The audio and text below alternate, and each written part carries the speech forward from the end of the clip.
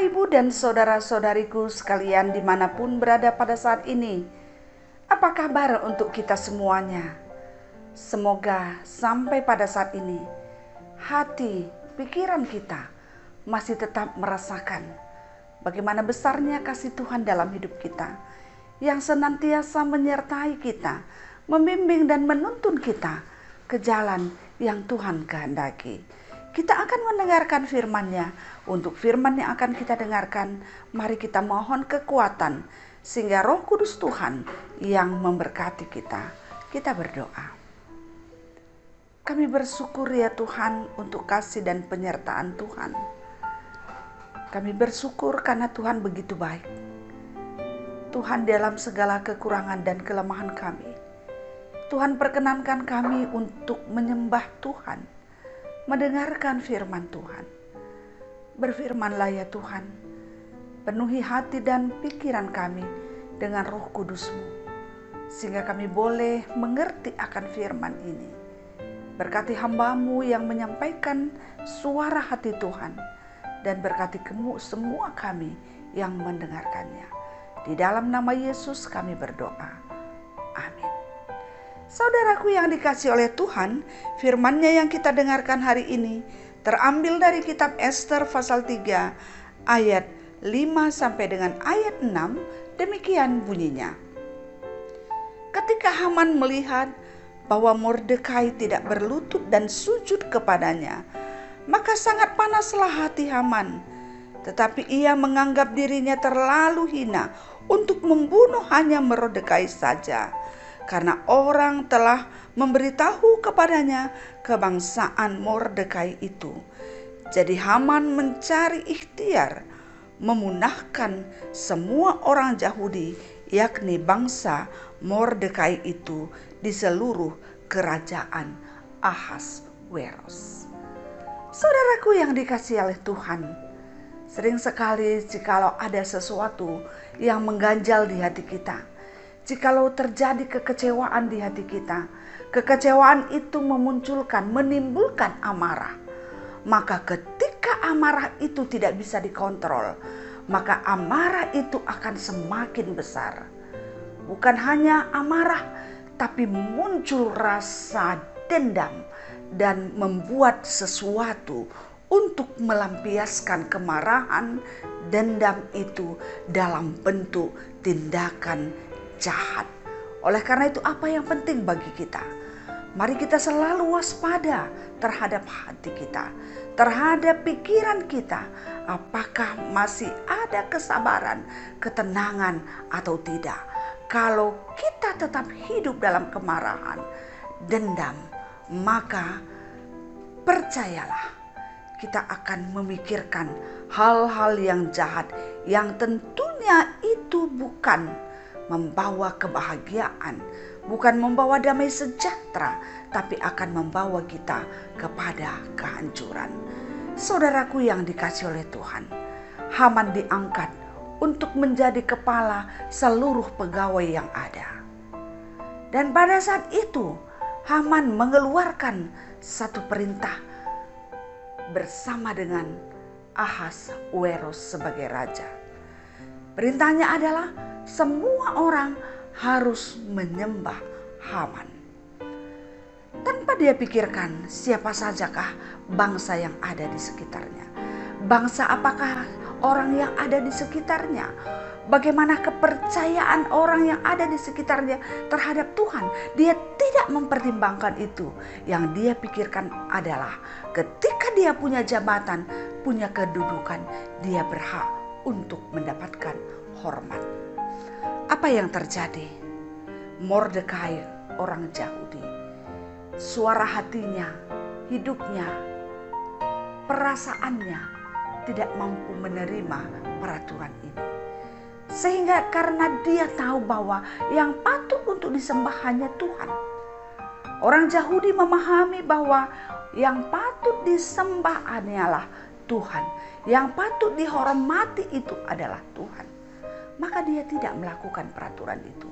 Dia tidak menyembah Haman. Maka banyak orang yang melihat kejadian itu. Dan banyak orang yang melihat dan orang melaporkan kepada Haman, dan Haman sakit hati. Dia marah dan dia merencanakan kejahatan terhadap Mordekai.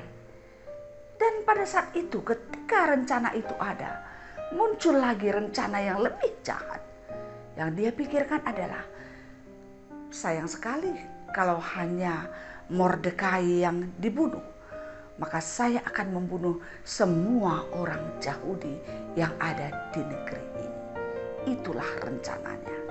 Saudaraku yang dikasihi oleh Tuhan, apakah rencana ini terjadi?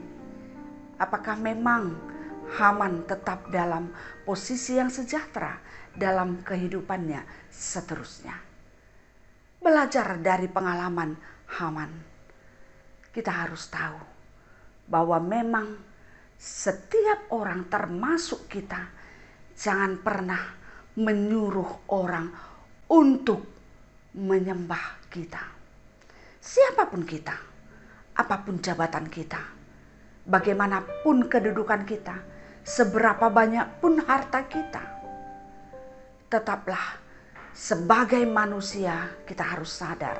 Karena kita orang percaya, kita harus tahu bahwa kita sama seperti orang yang lain di hadapan Tuhan. Jadi yang hanya perlu disembah adalah Tuhan.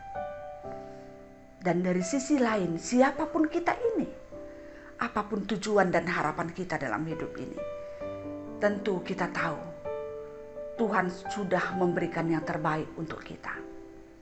Jangan sampai untuk mendapatkan rasa aman, rasa nyaman, mendapatkan kedudukan, untuk mendapatkan harta, kita mau menyembah manusia. Kita harus tahu bahwa yang patut kita sembah hanya Tuhan. Jangan karena kehidupan yang ada di dunia ini sampai kita menyembah apa yang Tuhan ciptakan.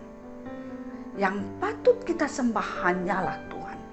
Oleh karena itu, yang paling berjasa dalam hidup kita adalah Tuhan. Walau apapun yang dilakukan oleh orang lain terhadap kita, kita patut, kita pantas untuk menghargai orang yang berjasa dalam hidup kita. Tapi untuk menyembah Dia, tidak. Yang pantas untuk kita sembah hanyalah Tuhan. Yang pantas untuk kita beri hormat yang setinggi-tingginya hanyalah Tuhan. Oleh karena itu, puji, sembah, muliakanlah Tuhan. Dan sayangilah ciptaannya. Sayangilah ciptaannya dan lakukanlah yang terbaik untuk ciptaannya. Tapi penyembahan yang setinggi-tingginya hanya ada pada Tuhan. Terpujilah Tuhan dalam hidup kita. Amin. Kita berdoa. Terima kasih untuk firman yang sudah kami dengarkan ya Tuhan. Kami sering sekali tergoda untuk dihormati. Dan kami juga sering sekali mengikatkan diri kami untuk menghormati seseorang atau sekelompok orang. Karena kami merasa bahwa dia berjasa dalam hidup kami.